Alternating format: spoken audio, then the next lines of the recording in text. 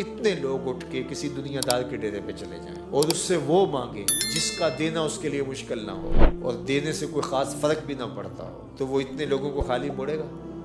وہ کہے گا ڈیرہ داری کی شان کے خلاف ہے کہ اتنے لوگ میرے در پہ آ جائیں اور میں ان کو خالی موڑ دوں۔ ڈیرہ دار ہو صحیح تو وہ کبھی خالی نہیں موڑے گا۔ تو جب ایک بندہ نہیں موڑتا تو رب کیسے موڑتا؟ اور پھر اس نے خود ہی کہا مجھ سے مانگو، خود کہا، بلایا، دروازے پہ چوکھٹ پہ کھڑا کیا، تو پھر اب کہے گا واپس چلے جاؤ؟ یہ کریم تو نہیں کرتا۔ اللہ اکبر۔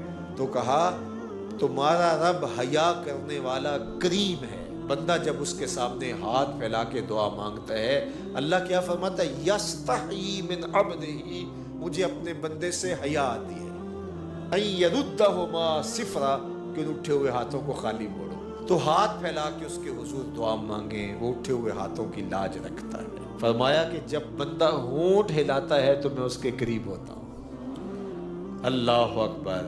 یہاں تو بند لبوں کی بولیاں بھی سنی جاتی ہیں۔ اللہ ان کو بھی دیتا ہے جو گونگے ہوتے ہیں، جو ہاتھ نہیں پھیلا سکتے، جن کے ہاتھ بھی نہیں ہوتے، ان کی جھولیاں بھرتا ہے۔ وہ تو جھولی بھی دیتا ہے اور خیرات بھی دیتا ہے۔ وہ آئے تو صحیح، ہم تو مائل بکرم ہیں، کوئی سائل ہی نہیں، راہ دکھلائیں کسے راہ رب منزل ہی نہیں، جلوائے طور تو موجود ہے، کوئی موسیٰ ہی نہیں۔ کوئی سچی طلب تو لے کے آئے، اس سے طلب کرنے کا حکم ہے، اس سے مانگنے کا حکم ہے۔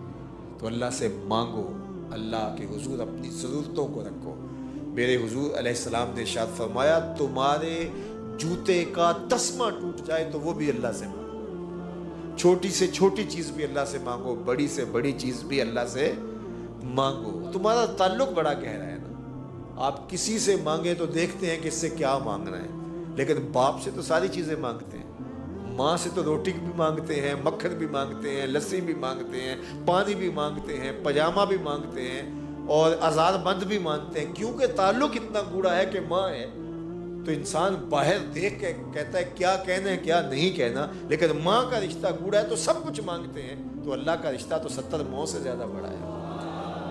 ماں نے تو جنم دیا ہے، رب نے خلق کیا ہے، تو کہا تسمہ ٹوٹ جائے جوتے کا تو وہ بھی اللہ سے مانگو، اور کوئی بڑی چیز چاہے تو وہ بھی اللہ سے مانگو۔ ہاتھ پھیلائے ہیں تو پھر وہ خالی نہیں لوٹائے گا، وہ کریم ہے، کرم فرمائے گا۔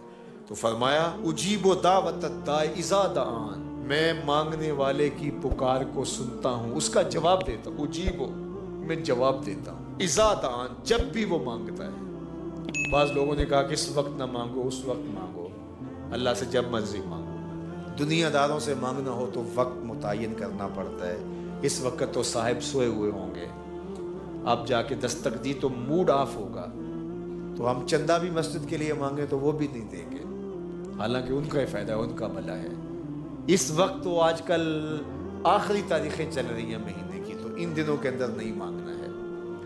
یہ وقت ان کا فیملی کے ساتھ بیٹھنے کا ہے، اس وقت جو ہے وہ ان کے پاس نہیں جانا ہے، ان سے نہیں مانگنا ہے۔ پھر جس سے مانگنا ہو اس کی زبان میں مانگنا پڑتا ہے۔ اللہ سے جب مرضی مانگو، دن کو مانگو، رات کو مانگو۔ لا تاخذہ سنۃ ولا نوم، نیند تو نیند رہی، اونگ بھی نہیں آتی اسے۔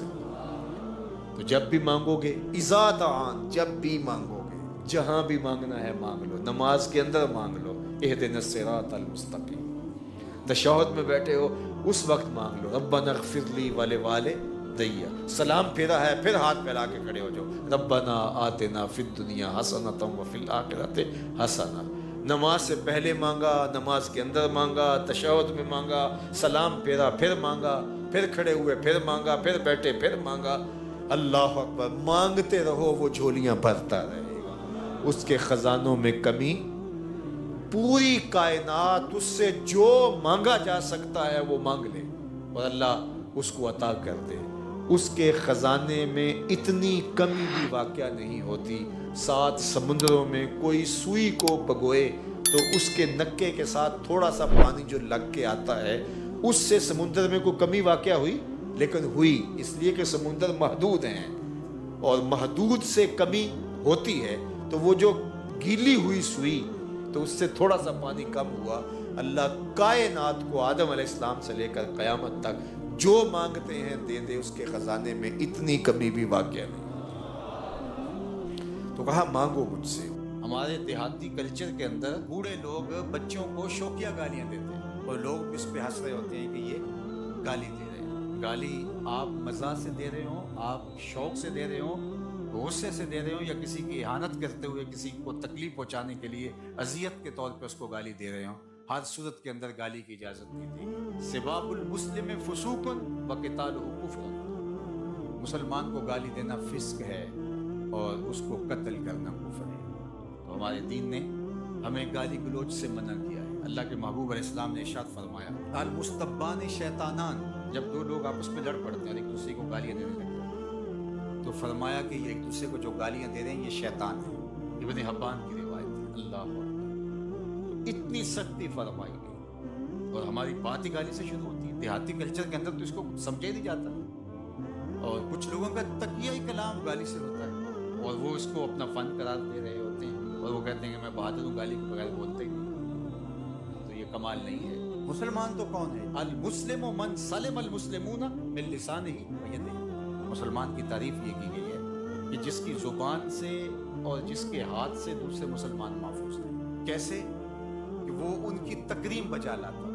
ایسے نہیں ہے کہ اس کے شر سے بچنے کے لیے آپ اس کی تکریم کریں اور پھر وہ آپ پر رعایت کر جائے اور آپ کو گالی نہ دے. وہ بدترین شخص ہے جس کے شر سے بچنے کے لیے لوگ اس کی عزت کرتے ہیں. محلے میں، گلی میں، دیہاتوں میں، چوکوں میں، چوراہوں میں، رشتہ داروں میں، اقربا میں، دوستوں میں لوگ ایسے موجود ہوتے ہیں کہ جن کی شر سے بچنے کے لیے ان کی تکریم کرنی پڑتی ہے، ان کی ہاں میں ہاں ملانی پڑتی ہے. ہاں تم ہی سچے ہو، تم ہی جو کہتے ہو یہی بہت بڑا فلسفہ ہے. افلاطون بھی پیچھے رہ گیا، بقراط سقراط بھی پیچھے رہ گیا، تم آ گیا.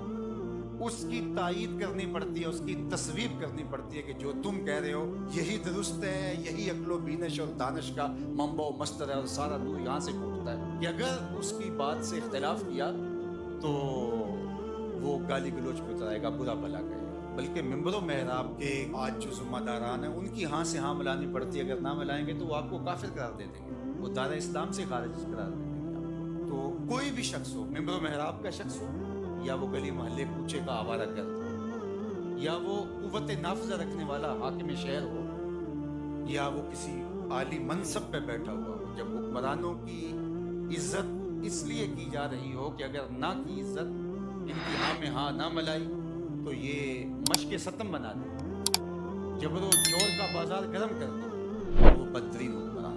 تو مسلمان گالی دے کر کے کسی کو تکلیف پہنچا کے اپنے اعمال برباد کر بیٹھتے.